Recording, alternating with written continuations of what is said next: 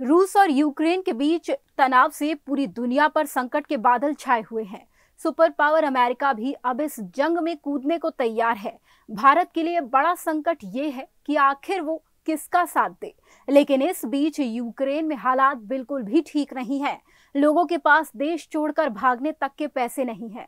इसी बीच अमेरिका के रक्षा सचिव एंटनी ब्लिंकेन का कहना है कि रूस और यूक्रेन में कभी भी जंग हो सकती है। दोनों देशों ने अपने अपने सैनिकों की तैनाती सीमा पर कर दी है। यूक्रेन और रूस के बीच बढ़े तनाव की पूरी क्रोनोलॉजी आज हम आपको बताएंगे। ये है क्रोनोलॉजी।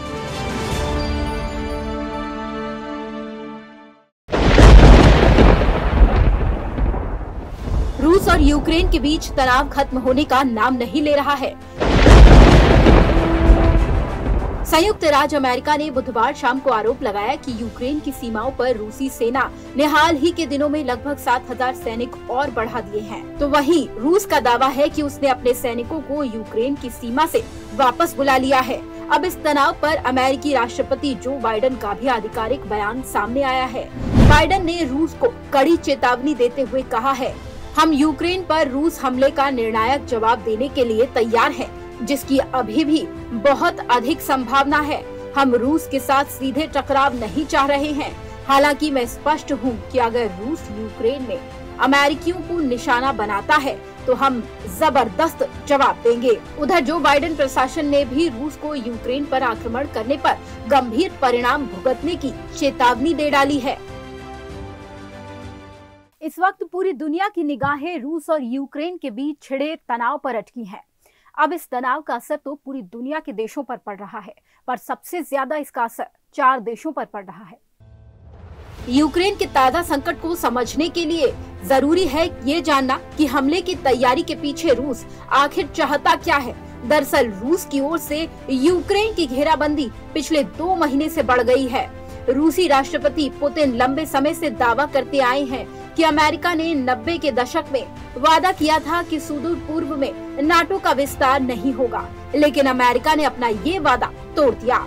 4 ऐसे देश हैं जिनकी सीमाएं रूस से लगती हैं और वो पहले रूसी गुट का हिस्सा थे। उनमें पोलैंड, लिथुआनिया, लात्विया और एस्टोनिया। लेकिन ये देश अब नाटो का हिस्सा है। रूस अपनी सीमा पर नाटो की मौजूदगी बिल्कुल भी बर्दाश्त करने के लिए तैयार नहीं है। रूस का आरोप है कि इन देशों के जरिए नाटो अपनी सैन्य ताकत और सैन्य उपकरण हमारी सीमा के पास जुटा रहा है। इन दोनों देशों की लड़ाई से 3rd वर्ल्ड वॉर का खतरा मंडरा रहा है। अब इस जंग का जोखिम सिर्फ पूर्वी यूरोप तक सीमित नहीं रह गया है, बल्कि अमेरिका और भारत तक इसकी आंच में झुलसने लगे हैं। दुनिया भर के शेयर बाजारों में चौतरफा बिकवाली का आलम है। इस तनाव से भारत की इकोनॉमी और ट्रेड को ठीक ठाक नुकसान हो सकता है। भारत में यूक्रेन के दूतावास की वेबसाइट पर उपलब्ध आंकड़ों के अनुसार 2020 में दोनों देशों के बीच $2.69 बिलियन का व्यापार हुआ था। यूक्रेन ने भारत को $1.79 बिलियन का निर्यात किया। भारत ने यूक्रेन को $721.54 मिलियन का निर्यात किया।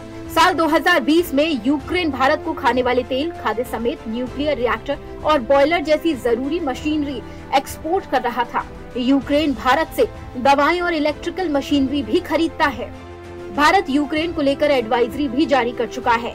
सरकार ने यूक्रेन में रह रहे भारतीयों को वापस स्वदेश लौटने को कहा है। हालांकि यूक्रेन की राजधानी कीव स्थित भारतीय दूतावास फिलहाल सामान्य रूप से कामकाज कर रहा है। भारत ने यूक्रेन से करीब $210 मिलियन का खाद्य और करीब $103 मिलियन का न्यूक्लियर रिएक्टर और बॉयलर मंगाया था। न्यूक्लियर रिएक्टर और बॉयलर के मामले में भारत के लिए रूस के बाद यूक्रेन सबसे बड़ा सप्लायर में से एक है। इसकी आपूर्ति में बाधा आने से न्यूक्लियर एनर्जी पर भारत का काम धीमा हो सकता है। दुनिया भर में इन दोनों देशों की जंग के बीच मिन्स्क सेकंड समझौते का जिक्र भी सामने आने लगा है। यूरोपीय देशों को उम्मीद है कि मिन्स्क सेकंड समझौता रूस और यूक्रेन के बीच चल रहे संघर्ष को खत्म कर सकता है। ये समझौता फरवरी 2015 में हुआ था। ये समझौता क्या है, ये भी जानिए। ये समझौता यूक्रेन की सेना और रूसी समर्थक विद्रोहियों के बीच लड़ाई खत्म करने के लिए हुआ था। हालांकि ये कभी पूरी तरह से लागू नहीं हो पाया। यूरोपीय देश इस समझौते को दोबारा बहाल करना चाहते हैं। ताकि शांति बनी रहे। दरअसल 2014-15 में बेलारूस की राजधानी मिन्स्क में समझौते हुए थे। इस मिन्स्क समझौते में कहा जाता है 2014 में जो समझौता हुआ उसे मिन्स्क 1 और 2015 में जो समझौता हुआ उसे मिन्स्क 2 कहा जाता है। फरवरी 2014 में यूक्रेन से रूसी समर्थक राष्ट्रपति विक्टर यानुकोविच को विरोध के चलते देश छोड़ना पड़ा था। इसके बाद रूसी समर्थक विद्रोहियों ने यूक्रेन के क्रीमिया पर हमला कर दिया था। इसी हमले में सितंबर 2014 में मिन्स्क में समझौता हुआ।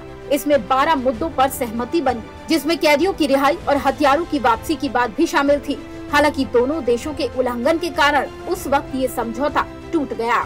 पर अब इन दोनों देशों में दोबारा बढ़ते तनाव को देखते हुए मिन्स्क एग्रीमेंट का नाम फिर से सामने आ रहा है और कहा जा रहा है कि इस एग्रीमेंट से युद्ध से बचा जा सकता है और दोनों देशों के बीच तनाव कम होने की उम्मीद की जा रही है।